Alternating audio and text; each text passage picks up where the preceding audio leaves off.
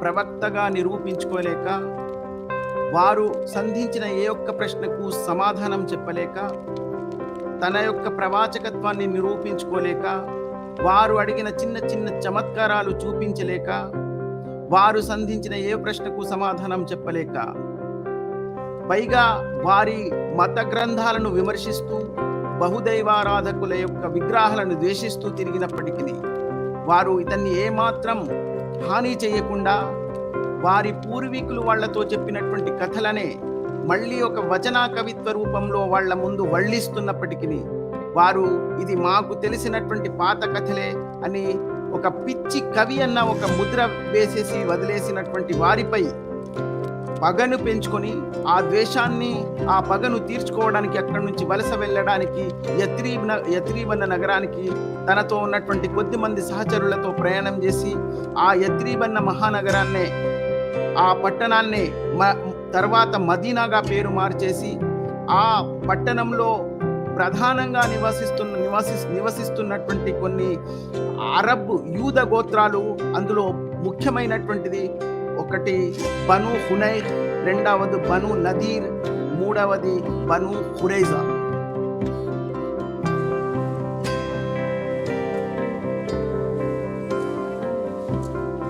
ఇదే బను హునైర్ కి సంబంధించినటువంటి కోట.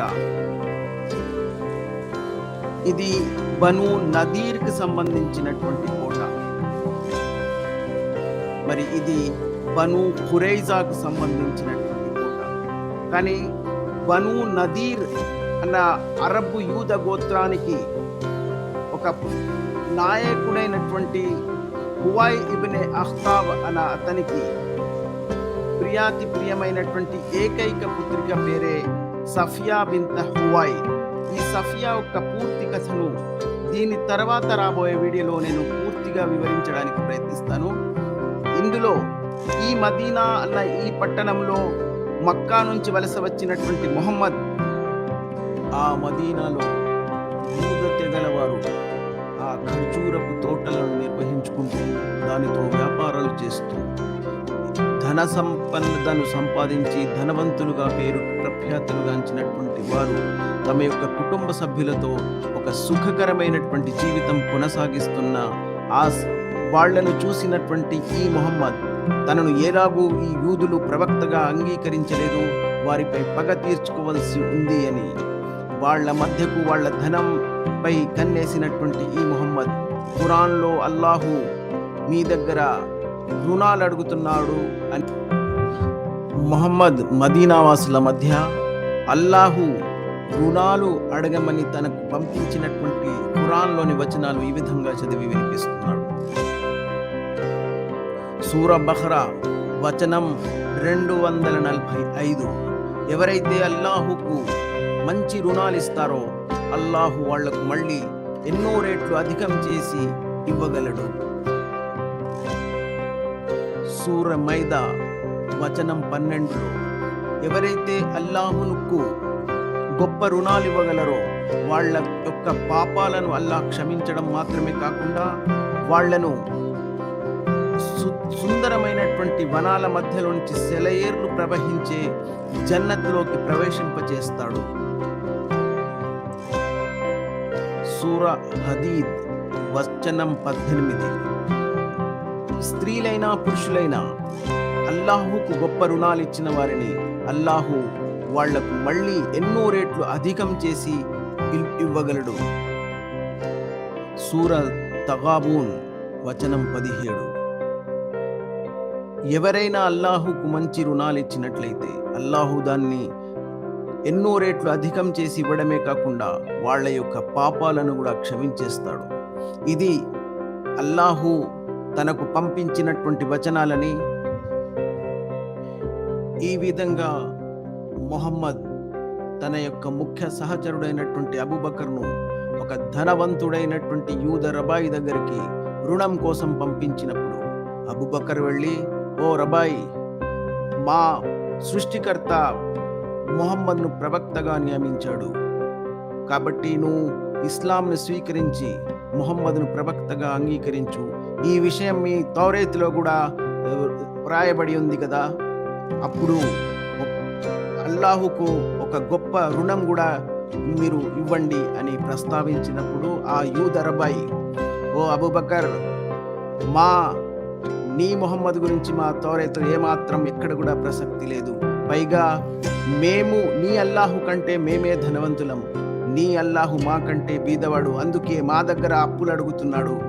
ఈ అల్లాహు పేరు చెప్పి మీ నాయకుడు ఆడుతున్నటువంటి ఈ నాటకానికి నాంది పలుకోమని చెప్పు. ఈ నాటకాలు ఇంకా అల్లాహు పేరుతో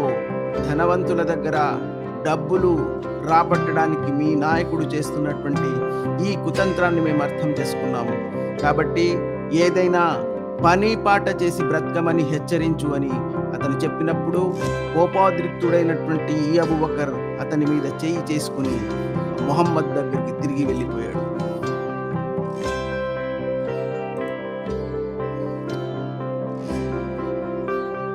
వాళ్ళు డబ్బులు ఇవ్వడానికి అంగీకరించలేదు అని, అప్పులు ఇవ్వడానికి అంగీకరించలేదని విన్నటువంటి ముహమ్మద్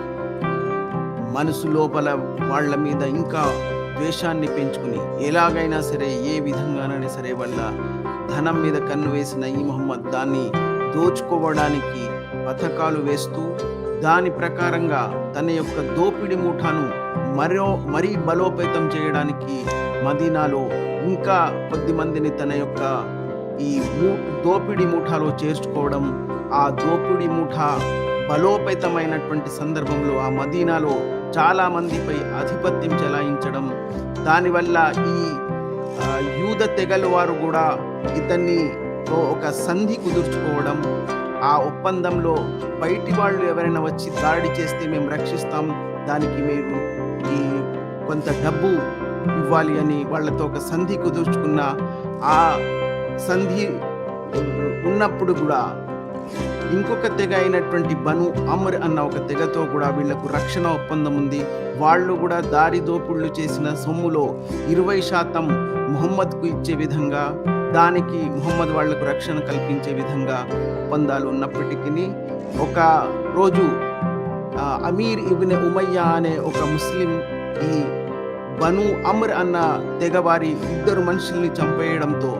ఆ బను అమర్ వాళ్ళు ఆ రక్తధనం ముహమ్మద్ దగ్గరికి వచ్చి డిమాండ్ చేసినప్పుడు అలీని అబూబకర్ని పిలిచి ఈ రక్తధనం మనం బను నదీర్ దగ్గర డిమాండ్ చేద్దామన్నాడు.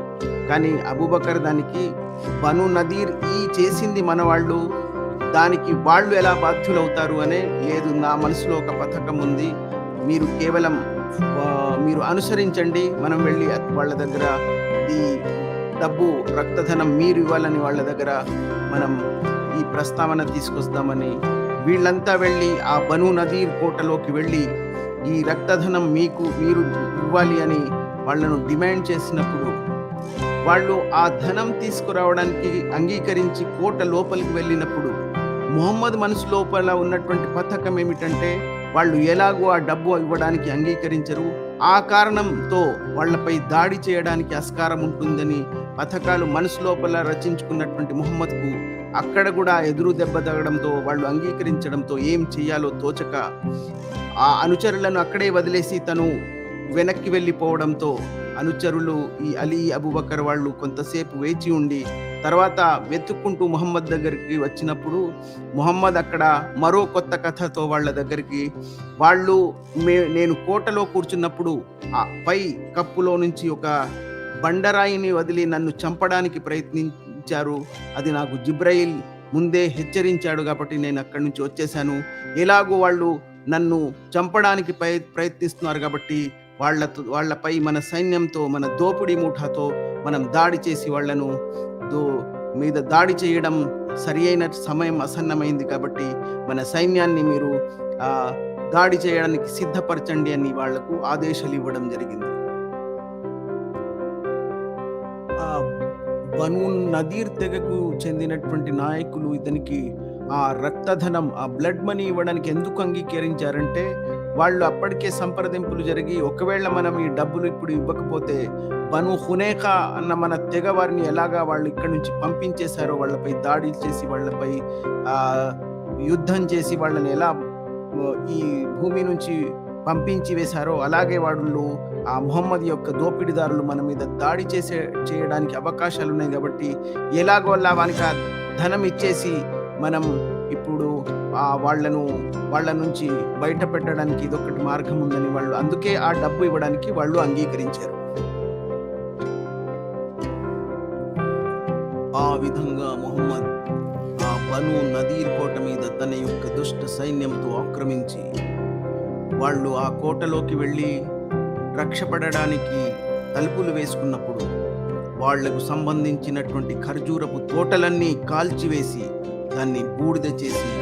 మళ్ళీ తమ సైన్యంతో ఆ లోపలికి దూరి వాళ్ళందరినీ తమ ఆధీనంలోకి తెచ్చుకొని వాళ్ళ సొత్తు సంపద మొత్తం తన ఆధీనంలోకి తెచ్చుకుని, చూశారా నా అల్లాహును ఎవరైతే ఎదిరిస్తారో అల్లాహు నన్ను వాళ్లపై ఎలా ఆధిక్యత సంపాదించి పెడతాడో, అల్లాహు యొక్క శత్రువులపై తనను ఎలా గెలిపిస్తాడో అని సూరె హషర్లోని 4 మరియు 6వ వచనాన్ని తీసుకొచ్చి వాళ్ళ ముందు చిందులు వేయడం అక్కడ కనిపిస్తుంది. దాని తర్వాత ఆ బను నదీర్ తెగ వాళ్ళందరూ కలిసి మదీనాకు ఉత్తరాన 160 కిలోమీటర్ల దూరంలో ఖైబర్లోకి వెళ్ళిపోవడం, అక్కడ ఆ విషాదగాథ వాళ్ళు వెళ్తున్నప్పుడు ఒకవేళ ఈ ముహమ్మద్ ఎక్కడి నుంచో వచ్చి ఈ మదీనాలో అల్లాహు పేరుతో చేస్తున్నటువంటి ఆక్రమాలను మనం ప్రారంభ దశలోనే ఖండించినట్లయితే, దీనికి ఎదురు తిరిగినట్లయితే బహుశా మనకి ఈ దుస్థితి ఈరోజు వచ్చి ఉండేది కాదేమో అని వాళ్ళు తమలో తాము మాట్లాడుకుంటూ ఆ ఖైబర్లోకి వెళ్ళి, ఆ విధంగా ఈ సఫియా యొక్క కుటుంబం మొత్తం ఖైబర్లోకి వెళ్ళిన తర్వాత వాళ్ళ యొక్క విషాద గాథ, ఆ ముఖ్యంగా సఫియా యొక్క విషాద గాథ ఆ ఖైబర్ నుంచి ప్రారంభమవుతుంది. దీని తర్వాత వచ్చే వీడియోలో ఆ సఫియా యొక్క విషాద గాథ ఆ వీడియో ద్వారా మీ ముందుకు వస్తాను.